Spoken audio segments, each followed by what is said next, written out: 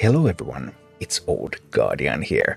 The final Mercenaries content patch gave a bunch of content with mythic boss rush, but something that was not mentioned in the patch notes at all is that this patch also brought a massive treasure revamp to Hearthstone Mercenaries.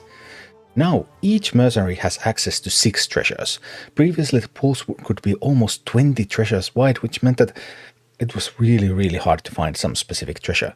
Now, each mercenary has 6 treasures available, which means that whenever you're offered a treasure for a mercenary, you have 50% chance to get a specific treasure out of that pool. So you're now much more likely to find a specific treasure. Also, these same treasures are shared between all normal modes and the mythic mode. So actually you can see the treasures in the tavern on the second page of the mercenary on the tavern, but there's a little bit of a nasty twist in that you have to have the mercenary maxed in order to access that second page. So yeah, like the treasure information would be there, but you just don't see it unless you have the merc maxed. You can also search for treasures, just write the name of the treasure in the search bar, and it will show the mercenaries who have that treasure. However, again, if you don't have the mercenaries maxed, then it won't show those mercenaries. So yeah, bit of issues in findability there, but overall, now you can actually see what treasures are available. Many treasures were removed, many new treasures were added, and also elite treasures were removed. So now when you go to an elite fight, you're not going to get a specific treasure from an elite fight, you're going to get one of the same treasures that you get from normal fights in Bounties.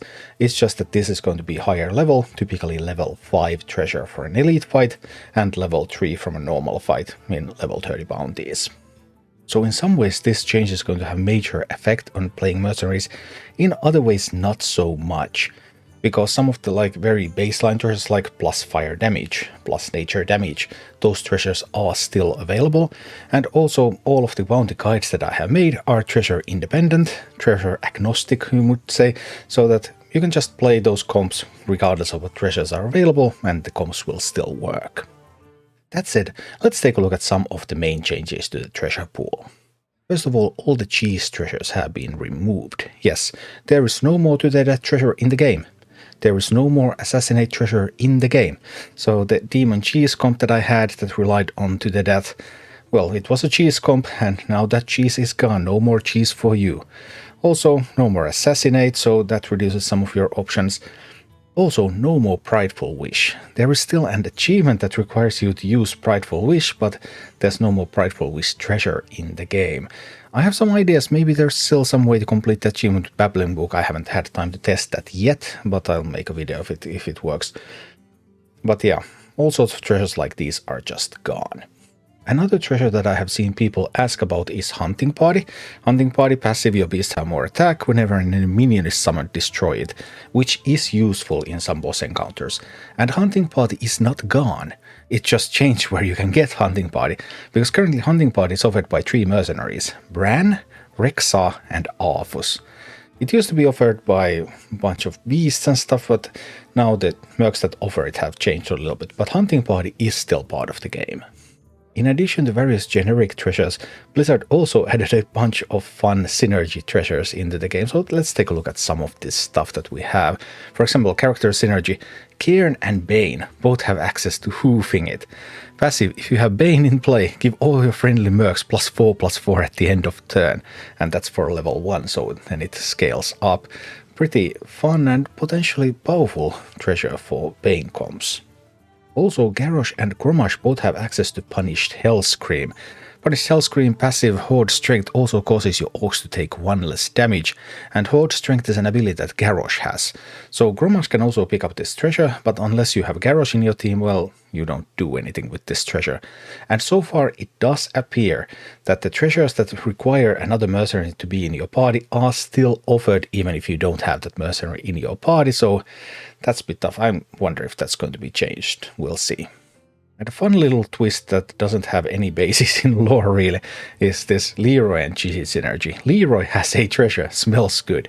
Passive, if you have a friendly Gigi in play, gain +5 attack, +5 fire damage and +5 healing power. That's for level 1 and then it scales. And it's pretty good, so I wonder if there's going to be a Leroy Gigi comp. Probably not. It's still only 50% chance to get this when you get to roll a treasure for Leroy, but yeah, Leroy likes chicken, Gigi, Is she a chicken? Like, it doesn't make any sense really, but just some fun Easter eggs.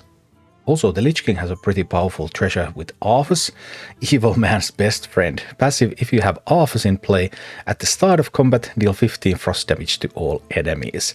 I've heard some reports that this would actually work from bench. I haven't tested it myself yet. If it does work from bench right now, I expect that to be fixed, of course. But still, even if it works like it's written, it should be pretty powerful. And there are some reasonably powerful start of game effect treasures in the game right now, because there's a new one, Tyr's Fallen Triumph, that can be acquired by Medivh and Longsin. Tyr's Fallen Triumph, well, that's level 10, that's the mythic one, but level 5 gives us casters plus 5 spell power, so some pretty powerful bonus damage from there. Drekthar has a treasure called Feral Spirit, start of game, summon a 10-11 Feral Spirit with Taunt. And currently Diablo and Nefarian have access to Siphon Souls. Start of game, steal 1/1 from all enemies, going up to 5/5 for level 5. Obviously there are also powerful start of game equipment that you will always have when you play those mercenaries, like Medivh can give buffs to casters, Chromie to gnomes, Kuki can give health to everybody, but there's also some considerations to add some mercenaries to your bench just to get some of these treasures that can then potentially also improve your party. There's also a new Troll synergy treasure in the game, Regenerating, that can be acquired by Warmaster Vaughn and Vol'jin. Passive, at the end of each turn, restore 15 health to your Trolls on level 1. So that's quite a bit of health for Trolls, so potential for some new Troll comps maybe. Obviously, unlike abilities and equipment, treasures are not guaranteed.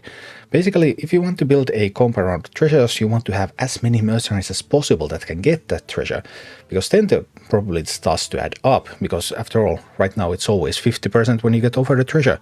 So if all of your mercs can get it, you are going to get at least one copy. All the cheese treasures have been removed from the game. The closest thing we have to a new cheese would be Corrupted Dragon Soul, which can be acquired by Deathwing and Wrathion. At level 1 its Battlecry deal 10 damage to all enemies, and at level 5 it will deal 50 damage to all enemies. I'm still not sure if that's going to be strong enough, but it's a bit of something to consider if you want to soften up your enemies. Pirates also have start of game effect that deals damage, so Pirates would be another option. Pirates, if you do a pirate comp, that can get pretty strong actually with the current treasure pool. Also another thing to note that could be useful in some future scenarios is Tyrande. Tyrande now has a treasure, Benevolent Band of the Wilds.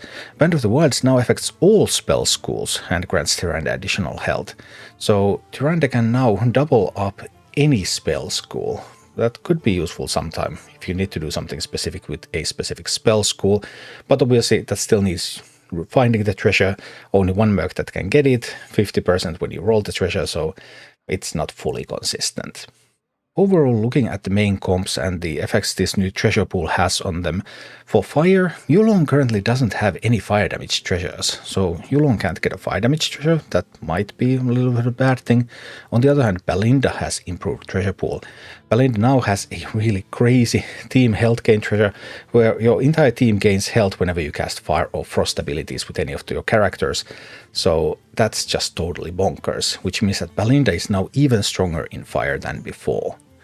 As for nature comp, there's no more treasure that gives Serpent's Bite casts, so that reduces some of that extra healing, some of that damage, but nature damage is still there, and there is a new nature ritual treasure, which gives you nature damage for 1 turn and affects bleed to enemies.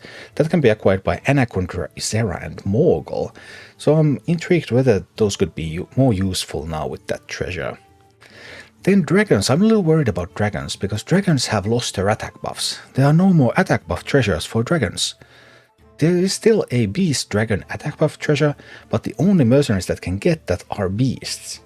So that also means that maybe some kind of beast dragon, celestial beasts and dragons mix and match, something like that could potentially be built.